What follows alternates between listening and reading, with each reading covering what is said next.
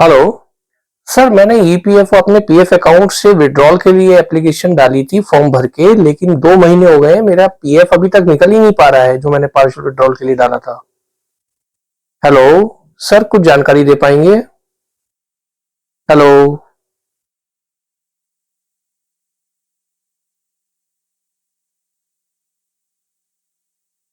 कमोबेश यही स्थिति है हर एक उस व्यक्ति की जिसने ईपीएफओ में अपना पार्शियल पीएफ विड्रॉल करने के लिए एप्लीकेशन डाली थी। अगर आपने भी पीएफ अप्लाई के लिए पीएफ डिपार्टमेंट में फॉर्म भर के आपने पीएफ पार्शियल विड्रॉल के लिए अगर एप्लीकेशन डाली थी तो ये वीडियो आपके लिए है। खास तौर पे और दो विषय मैं इसमें कवर करूंगा जो कि पेंशन से रिलेटेड है और आपके पैन कार्ड के दुरुपयोग से रिलेटेड है।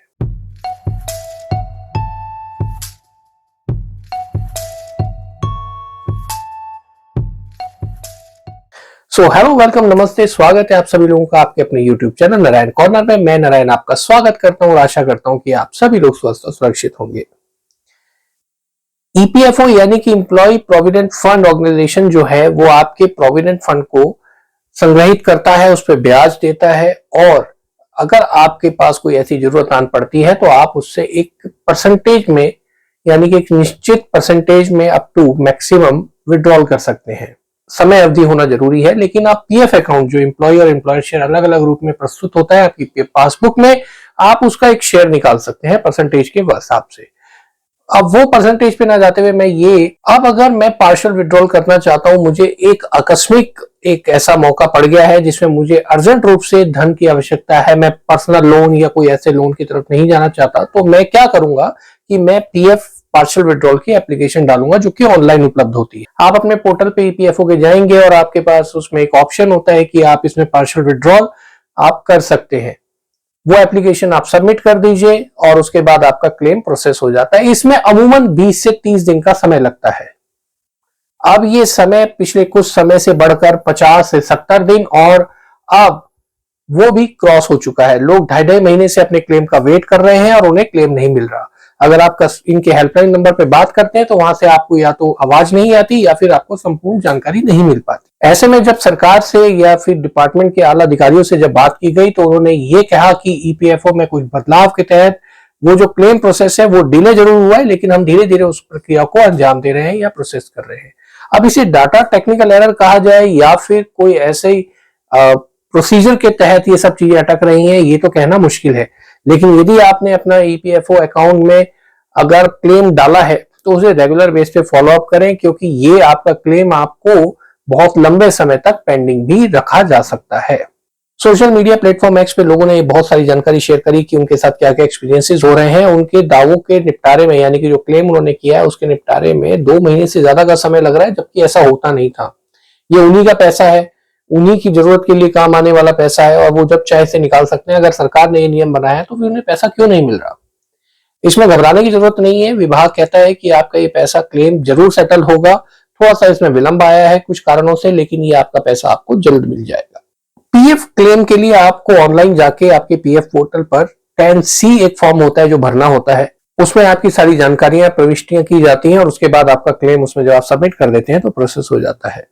तो अगर आप क्लेम कर चुके हैं या आपने रिक्वेस्ट डाली हुई है या आप करना चाहते हैं तो घबराए नहीं। इसमें कोई थोड़ा सा विलंब हो रहा है, ये आप थोड़ा सा पहले अपना लेके चले कि टाइम में थोड़ा सा लग सकता है। हो सकता है आपका क्लेम जल्दी निपटारा हो जाए, दिसंबर तक सारे निपटारे कर दिए जाएंगे, ऐसा सुनने में आया है। और अगर इसमें विलंब हो रहा है तो उस पर निश्चिंत रहिए, घबराने की जरूरत नहीं है, आपका क्लेम जल्दी प्रोसेस हो जाएगा। जनवरी से अब आप अपनी पेंशन किसी भी बैंक से निकाल सकते हैं, किसी भी खाते से निकाल सकते हैं। अभी तक का नियम ये कहता था कि आप अगर पेंशन निकालना चाहते हैं या आप पेंशन भोगी हैं या आप पेंशन मिलती है आपको, तो आपके लिए एक सेलेक्टिव बैंक होता था। किसी निश्चित ब्रांच में जाके, एक सेलेक्टिव ब्रांच में जाकर ही आप अपना जो पेंशन का पैसा है वो निकाल सकते थे। जिससे होता क्या था, बहुत ज्यादा रश हो जाता था उस ब्रांच में, निश्चित डेज पे, उस सेलेक्टिव डेज पे आपको जाना होता था। लेकिन जनवरी से ये नियम बदलने वाला है। अब आपका पेंशन का पैसा सीधे आपके अकाउंट में आएगा। आपको बैंक की ब्रांच में जाकर के वेरिफिकेशन करने की जरूरत नहीं है। आपको सिर्फ कुछ जो केवाईसी प्रोसीजर है उसे पूरा करना है और आपके खाते में सीधा पेंशन का पैसा आ जाएगा और ये प्रक्रिया जनवरी से शुरू हो जाएगी। अभी एक पायलट प्रोजेक्ट किया गया था तो जम्मू कश्मीर और करनाल के कुछ हिस्सों में किया गया था, कुछ हजार लोगों पे ये पूरा पायलट प्रोजेक्ट चल रहा था जो कि सक्सेसफुल रहा। अब गवर्नमेंट इसको पैन इंडिया लागू करेगी जनवरी से, यानी कि जनवरी से आपको ये सुनने में मिलेगा कि अगर आप पेंशन भोगी हैं तो आपके अकाउंट में सीधी पेंशन आएगी और आप उसको जैसे नॉर्मल आपके अकाउंट में क्रेडिट होता है उसे आप वैसे ही यूज कर सकते हैं। ये एक बहुत बड़ी खबर है उन लोगों के लिए जो पेंशन के लिए परेशान होते थे, ब्रांचेस में जाते थे, लंबी लंबी लाइनों में लगते थे और बहुत ज्यादा मैस हो जाता था, थकावट हो जाती थी। और देखिए पेंशन कौन लेगा, पेंशन वही लोग लेंगे जो 60 प्लस होंगे या फिर जो ऐसे लोग होंगे जो अक्षम होंगे या जिनकी कुछ की हालत तो ऐसी भी नहीं होती कि वो ब्रांच में चल के जा पाए। तो ऐसे रिश्तेदारों को उनको लेके जाना पड़ता था। कई बार तो व्हील चेयर पे लोग आते थे, सत्यापन करते थे अपनी जानकारी का और फिर पेंशन लेते थे। अब उन लोगों को राहत मिलने वाली है जनवरी से, क्योंकि गवर्नमेंट कह रही है कि अब पेंशन को सेंट्रलाइज कर दिया गया है और वो आपके सीधे खातों में आएगी। एक नेक्स्ट और इंपॉर्टेंट जानकारी आपके पैन कार्ड से रिलेटेड।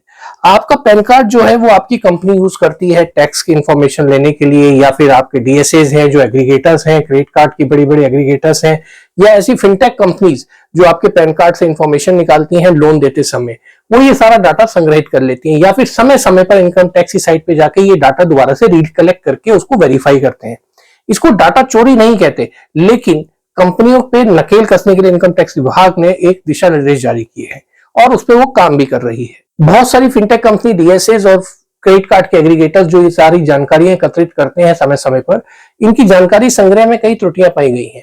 ये लोग तो उस डाटा का दुरुपयोग नहीं करते, लेकिन इनके पास से ये डाटा कहीं और जाके दुरुपयोग हो सकता है, ऐसा मानना है विभाग का। तो इसी जानकारी के लिए वो लोग इस पे कड़े नियम बनाने वाले हैं, जिससे कि आपका जो डाटा है वेरिफिकेशन के बाद एक प्रोसीजर होना चाहिए जिससे आपका ये जो पर्सनल इंफॉर्मेशन है वो सेफ रहे।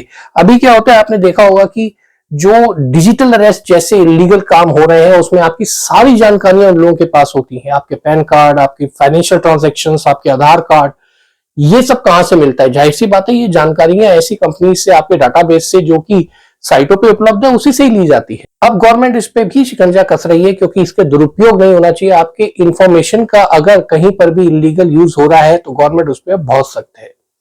आप कभी भी अपना पैन कार्ड किसी भी ऐसी अनरजिस्टर्ड फर्म को मत दीजिए अपनी जानकारी जो कि पूरी तरीके से आश्वासित ना हो, रजिस्टर्ड ना हो।